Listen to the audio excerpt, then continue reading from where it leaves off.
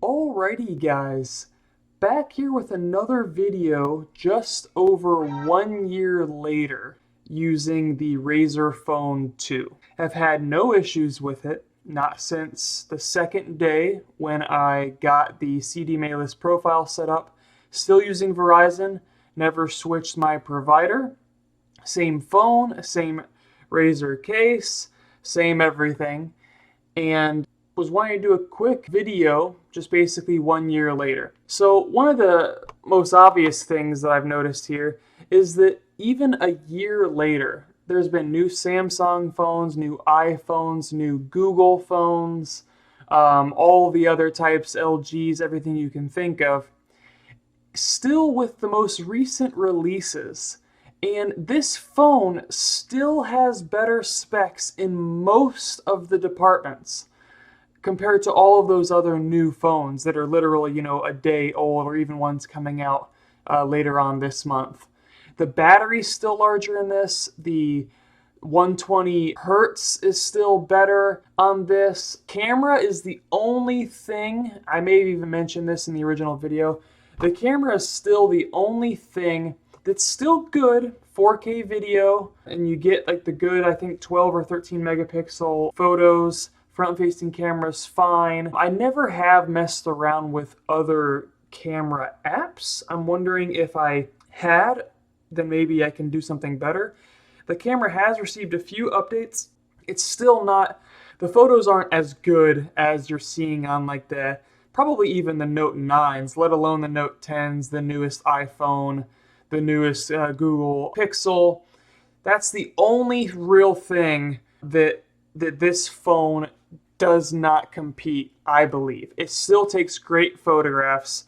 I use them all the time. I can post them, everything else. There's no issues with the camera, in my opinion, with regard to how the quality of the photographs are. It's just, you can tell it's a little more crisp, a little sharper, a little more detail on some of these other kind of flagship phones compared to the Razer phone. And I know that it was an even bigger increase with regard to the first one to the second one, but still, with that said, you can definitely notice that the camera is not as good. The speakers, the Dolby Atmos surround sound, like I said, the 120 hertz, you literally have phones boasting, 90 hertz up from 60, still doesn't touch the 120. The smoothness and the lag free that you get when you're playing things or watching videos and everything that you can imagine, it's so much more crisp than it is on any of the other phones. It's so much more smooth, and that's because it's the 120 hertz. I did say still using Verizon, never changed anything after that with my profile. The phone's still doing great. I haven't even considered getting one of the latest phones coming out. I think this one can at least get me until this time of next year again, as long as nothing else happens. The games I've been playing on it are great. I have a 200 gigabyte SD card in here that I've been filling up as well. I really have not had a single issue. If you're still considering getting this, I believe around the holidays they do, if you switch to Verizon, for example, you can get this brand new for $249. That's absurd. I think you can buy it brand new without any deal right now for $399.99. And it is a better phone than you can get on just about every other category when you're looking at other phones. It really is.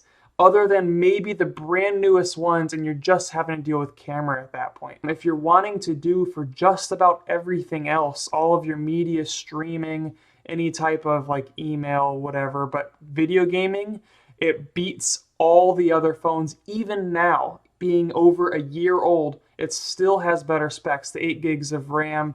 It has the cooling interface throughout the phone, which helps redistribute the heat. It does get warm, but it will never be so hot that it shuts down and doesn't allow you to keep playing. And if you have the case on, you can't feel it getting warm anyway. It's really just if it's outside of the case, you can feel it because it's got the metal with the glass, back on it. but you will feel it getting warm, but never enough to hurt or damage your phone. That's because of that intercooling system. So a year later, still happy. I'd like to, if it, all things considered, I can probably do a 2-year review if anything changes between now and then. I don't think they've announced like a Razer Phone 3 or anything.